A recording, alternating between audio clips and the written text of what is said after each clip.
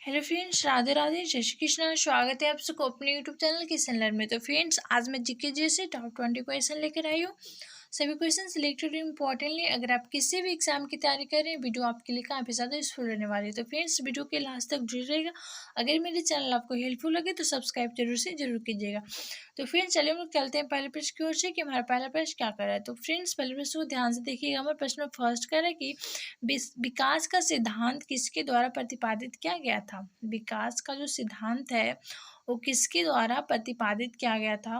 तो फ्रेंड्स, इसका जो सही आंसर है हो जाएगा ऑप्शन बी, डार्विन। विकास का जो सिद्धांत है वो डार्विन के द्वारा प्रतिपादित किया गया था। तो ऑप्शन बी इसका सही हो जाएगा। ओके, एंड में नेक्स्ट है प्रश्न नंबर 2। और प्रश्न नंबर 2 क्या कर रहा है? प्रश्न नंबर 2 कह रहा है कि कोशिका के अध्ययन को क्या कहा जाता है। कोशिका का जो अध्ययन है उसे हम लोग क्या कहते हैं, यानी कि कोशिका के अध्ययन को क्या कहा जाता है। तो फ्रेंड्स, इसका सही आंसर हो जाएगा ऑप्शन बी, साइटोलॉजी। कोशिका का जो अध्ययन है वो साइटोलॉजी कहलाता है। तो ऑप्शन बी इसका सही हो जाएगा। ओके, एंड नेक्स्ट है प्रश्न नंबर 3। प्रश्न नंबर 3 करें कि सबसे छोटी कोशिका कौन सी होती है।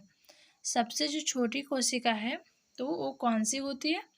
तो इसका सही आंसर हो जाएगा ऑप्शन बी, माइक्रोप्लाज्मा। माइक्रोप्लाज्मा जो है वो सबसे छोटी कोशिका होती है। तो ऑप्शन बी इसका सही हो जाएगा। ओके, एंड नेक्स्ट है प्रश्न नंबर 4। प्रश्न नंबर 4 कह रहे हैं कि मानव शरीर की सबसे लंबी कोशिका क्या होती है। मानव शरीर की, ह्यूमन बींग्स की जो सबसे लंबी कोशिका होती है वो क्या होती है। तो इसका सही आंसर हो जाएगा ऑप्शन बी, तंत्रिका कोशिका जो है वो मानव शरीर की सबसे लंबी कोशिका होती है। ओके, एंड अगला प्रश्न है प्रश्न नंबर 5। प्रश्न नंबर 5 कह रहा है कि आर्थिक नियोजन विषय की सूची के अंतर्गत आता है। तो आर्थिक नियोजन विषय की सूची के अंतर्गत आता है तो कौन आता है। तो समवर्ती सूची आता है। ओके, तो ऑप्शन इसका सही हो जाएगा कि आर्थिक नियोजन विषय की सूची के अंतर्गत समवर्ती सूची आता है। ओके, एंड अगला प्रश्न है प्रश्न नंबर 6। प्रश्न नंबर 6 कह रहा है कि बंगाल का प्रथम गवर्नर जनरल कौन था। बंगाल का प्रथम गवर्नर जनरल जो था वो कौन था। तो इसका सही आंसर हो जाएगा option B, Warren Hastings. Warren Hastings जो था वो बंगाल का प्रथम गवर्नर जनरल था। ओके, तो ऑप्शन बी इसका सही हो जाएगा, ध्यान में रखना है। एंड अगला है प्रश्न नंबर 7। प्रश्न नंबर 7 कह रहा है कि भारत में अंग्रेजी शिक्षा के जन्मदाता किसे माना जाता है। भारत में अंग्रेजी शिक्षा के जन्मदाता किसे माना जाता है। तो फ्रेंड्स, इसका सही आंसर हो जाएगा ऑप्शन बी, लॉर्ड मैकाले को। भारत में अंग्रेजी शिक्षा के जन्मदाता लॉर्ड मैकाले को माना जाता है। ओके, तो ऑप्शन बी इसका सही हो जाएगा, ध्यान में रखना है। अगला प्रश्न है प्रश्न नंबर 8।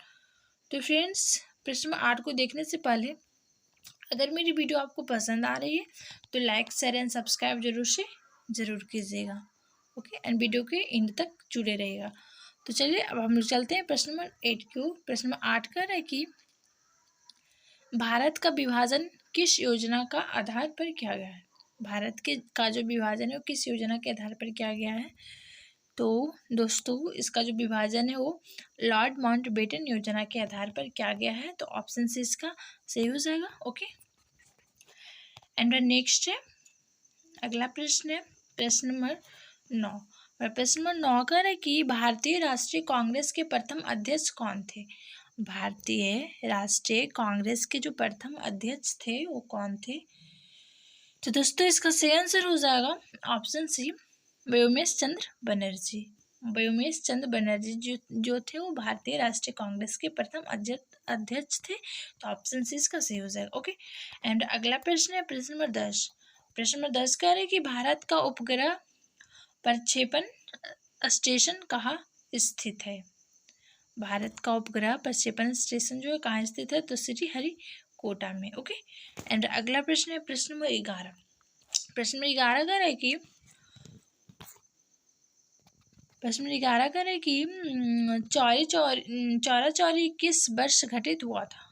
चौरा चौरी जो कांड है वो किस वर्ष घटित हुआ था। तो इसका सही आंसर क्या होगा। तो फ्रेंड्स, इसका सही आंसर हो जाएगा ऑप्शन सी, 1922 में। चौरा चौरी जो कांड था वो 1922 में घटित हुआ था, 1922 में घटित हुआ था। तो ऑप्शन सी इसका सही हो जाएगा, ध्यान में रखना है। एंड नेक्स्ट है प्रश्न नंबर 12, प्रश्न नंबर 12 कह रहे कि शास्त्रीय संगीत का जनक किस वेद को कहते हैं? शास्त्रीय संगीत का जनक किस वेद को कहते हैं? तो फ्रेंड्स इसका सही आंसर हो जाएगा ऑप्शन बी सामवेद को। शास्त्रीय संगीत का जो जनक है वो सामवेद को कहते हैं, तो ऑप्शन बी सही। ओके, एंड अगला प्रश्न है प्रश्न नंबर 13, प्रश्न नंबर 13 करें कि पहिए का आविष्कार किस काल में हुआ था? पहिए का जो आविष्कार है वो नवपाषाण काल में हुआ था, तो ऑप्शन बी इसका सही हो जाएगा कि पहिए का जो आविष्कार है वो नवपाषाण काल में किया गया था। ओके, एंड अगला प्रश्न है प्रश्न नंबर 14, प्रश्न नंबर 14 बहुत ही इंपॉर्टेंट है, इसे नोट कर लीजिएगा। प्रश्न नंबर 14 क्या कर रहा है? प्रश्न नंबर 14 करे कि गौतम बुद्ध का बचपन का क्या नाम था? गौतम बुद्ध का जो बचपन का नाम था वो क्या था?